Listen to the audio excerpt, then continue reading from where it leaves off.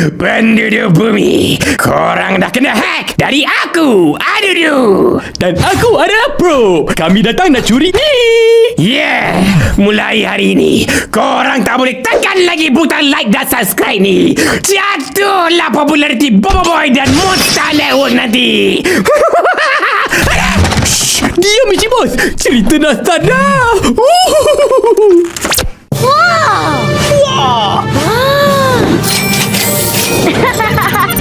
Nampaknya kita perlu kembali. Pelajaran teleporter. Macam mana pula ni? Salam perkenalan. Saya Angah Saya Asyik. dan saya Trotsy. ALONG ALONG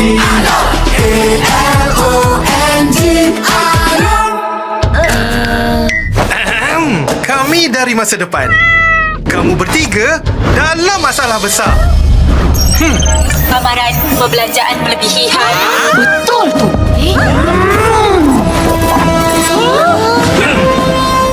Simpan sikit-sikit. Lama-lama jadi bukit. Mulakan simpanan dengan ASMB Ninja. Jadilah generasi labo. Terbaik. Papa, kawinlah hatiku. Bila gelisah, Papa ada selalu. Kasih sayang diberi padaku.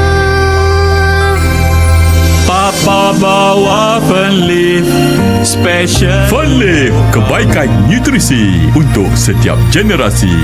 Boleh tidak menunjukkan kekuatan. Sebaliknya, boleh hanya menunjukkan kelemahan. Kekuatan sebenar adalah lindungi kawan. Sama-sama kita hentikan budaya buli.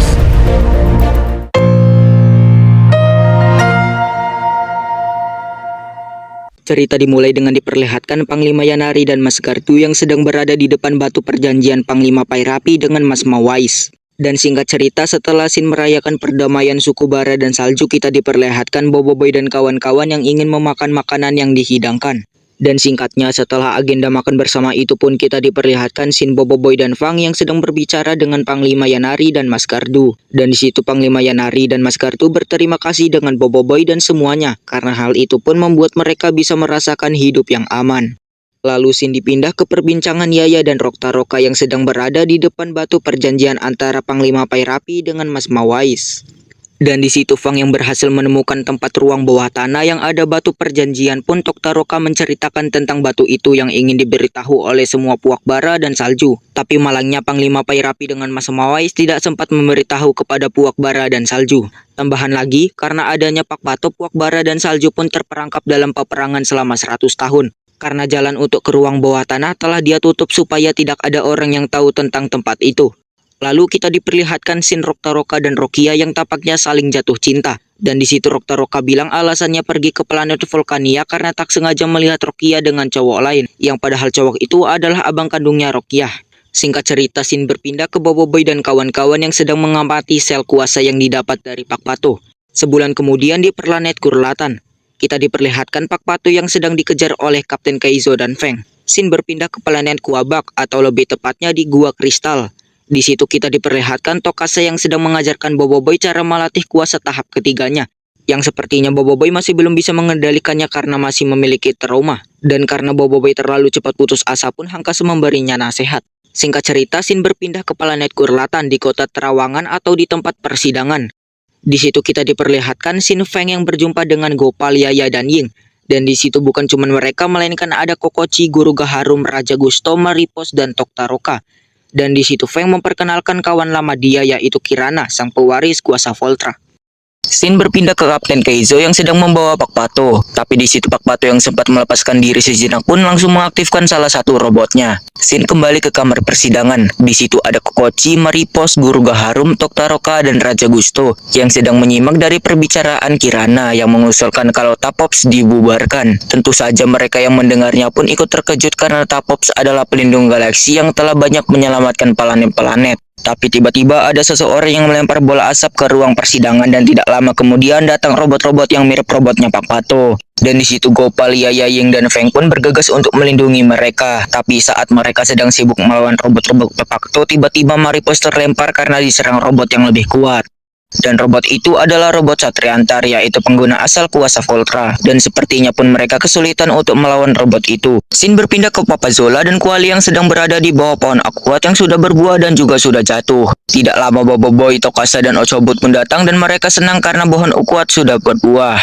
Tapi tidak selang lama Gopal menghubungi Boboiboy untuk meminta pertolongan untuk melawan robot Satriantar. Tidak lama pun Boboiboy datang dan langsung membantu mereka. Dan saat Boboiboy sedang bertarung, dia terdesak oleh robot itu, tapi tiba-tiba Kirana datang dengan memberi Boboiboy pedang Satriantar. Singkat cerita, Boboiboy yang berhasil mengalahkan robot Satriantar dengan menggunakan pedang Satriantar, dan sepertinya di situ Kirana terkejut karena tahu kuasa sebenar Voltra sekuat itu. Dan setelah Boboiboy mengalahkan robot itu, Boboiboy berkenalan dengan Kirana, tapi tiba-tiba Kapten Kaizo datang dan menyerang Kirana untuk menghentikan niatnya. Dan benar saja, di situ Boboiboy halilintar diserap oleh pedang Voltra, yang di situ pun Kirana langsung mengambil pedang itu dan menunjukkan sifat aslinya yang semata-mata hanya untuk kuasa Voltra. Dan di situ Kirana langsung menyuruh pasukannya untuk menangkap Boboiboy, tapi Kapten Kaizo membawa Boboiboy dan Gopal terjun ke kota bawah. Setibanya di Pekan Bakal Buruh, di situ mereka yang sedang berlindung pun diajak Kapten Kaizo untuk melakukan penyamaran. Saat dalam penyamaran, mereka terkejut karena melihat wajah mereka bertiga menjadi buronan di planet Gurlatan. Tidak lama mereka pun berhenti di sebuah kawasan yang tidak boleh dimasuki. Dan tidak lama dari situ mereka didatangi oleh pengawas, tapi mereka langsung melakukan penyamaran menjadi penyapu jalanan. Di situ pun mereka yang sudah bingung hanya tahu seseorang yang bisa membantu, dan orang itu adalah Pak Pato. Setibanya di gudang Pak Pato, di situ mereka memaksa Pak Pato untuk memberitahu salah satu fasilitas rahasia di teras Guruh, yang mungkin saja yang lain dikurung di situ. Tapi tiba-tiba ada pasukan Kirana yang menyerang gudang Pak Pato, yang itu bikin mereka harus melawannya. Tapi bukannya dihabisi oleh Boboiboy, mereka pun diajak lari oleh Boboiboy Duri. Dan setelah mereka berhasil melarikan diri pun mereka ingin ke teras Guruh, tapi tidak ada jalan lain selain lift turbo. Tapi di lift turbo ada pegawai yang menjaga. Scene berpindah ke Feng yang sedang dikurung di penjara. Dan di situ bukan hanya Feng yang dikurung, melainkan Yaya, Ying, dan Kuali. Tapi tiba-tiba Kirana datang sambil mengatakan bahwasannya mereka hanya tak sadarkan diri, dan di situ pun Feng langsung bertanya-tanya kenapa Kirana melakukan hal ini. Tapi di situ Kirana yang ingin berbincang dengan Feng karena Kirana memerlukan bantuan Feng demi keamanan planet Gurlatan dan seluruh galaksi. Cerita dilanjutkan dengan judul Galaksi Dalam Krisis. Di awal kita diperlihatkan ada Kaizo kecil dengan Kirana yang sedang ingin latihan bertarung. Sewaktu mereka sedang latihan, ternyata si Fang ikut menonton bersama Max Mana. Singkat cerita, pertarungan ini dimenangkan oleh Kirana. Di situ, karena si Kirana selalu menang, si Fang pun memberi ucapan selamat kepada Kirana. Dan karena Fang sering melihat Kirana dan Kaizo bertarung, ia diberi nasihat oleh Max Mana kalau Fang juga perlu jadi seperti Kaizo, yang walaupun kalah terus tapi tak pernah menyerah. Cerita berpindah ke adegan Kapten Kaizo yang sedang duduk bersama Boboiboy dan Gopal yang ingin masuk ke teras Guruh. Scene berpindah ke Kuali, Feng, Ying, dan Yaya yang sedang dikurung di dalam sel penjara. Di situ mereka kaget karena jam kuasa mereka sudah diambil oleh Kirana. Dan waktu ada salah satu penjaga masuk ke selnya Kuali, penjaga itu langsung dikalahkan oleh Kuali agar dia dapat membuka sel Feng, Ying, dan Yaya. Tapi waktu mereka ingin kabur, mereka menyadari bahwa ada CCTV yang nyala. Akhirnya CCTV itu bisa dinonaktifkan dan juga Fang menemukan di mana ruang yang menyimpan jam kuasa mereka.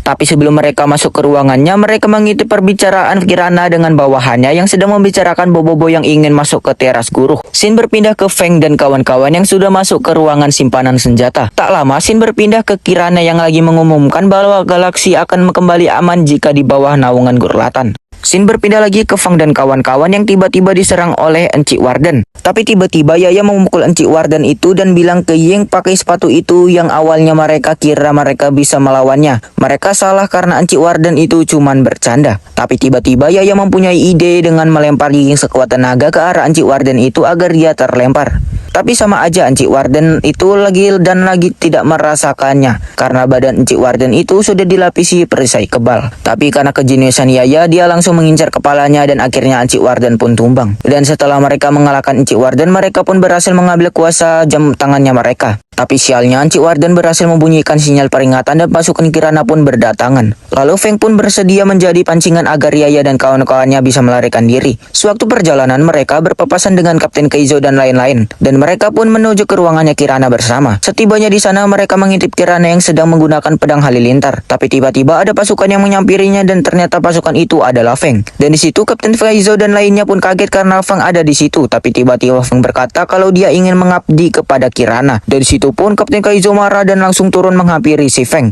Tapi tiba-tiba Kirana menyuruh Laskar Guruhan untuk menangkap Boboiboy dan kawan-kawannya. Di sana mereka pun bertanya kepada Feng kenapa dia melakukan hal itu, dan Feng berkata kalau mereka tidak tahu bagaimana rahasianya kehilangan orang yang mereka sayang atau kehilangan keluarga sendiri. Dan di situ Gopal yang mendengar penjelasan Feng, dia merasa kalau hari ini sudah 2 kali dikhianati, yaitu oleh Kirana dan Feng. Dan tiba-tiba Kirana menyuruh salah satu pengawalnya untuk membawa Feng ke dalam. Tak lama Kirana menghampiri Boboiboy untuk mengajaknya bertarung 1 lawan 1. Dan Boboiboy menyetujuinya walaupun Kaizo tidak sependapat. Dan disinilah momen Fusion Glacier keluar lagi, hanya untuk melawan Kirana. Tapi walaupun Boboiboy sudah mengeluarkan gerakan tua Ice-nya, dia masih belum bisa mengalahkan Kirana. Best dia cerita tadi. Tapi malangnya, korang dah tak boleh tekan butang like dan subscribe. Best sangat episod tadi.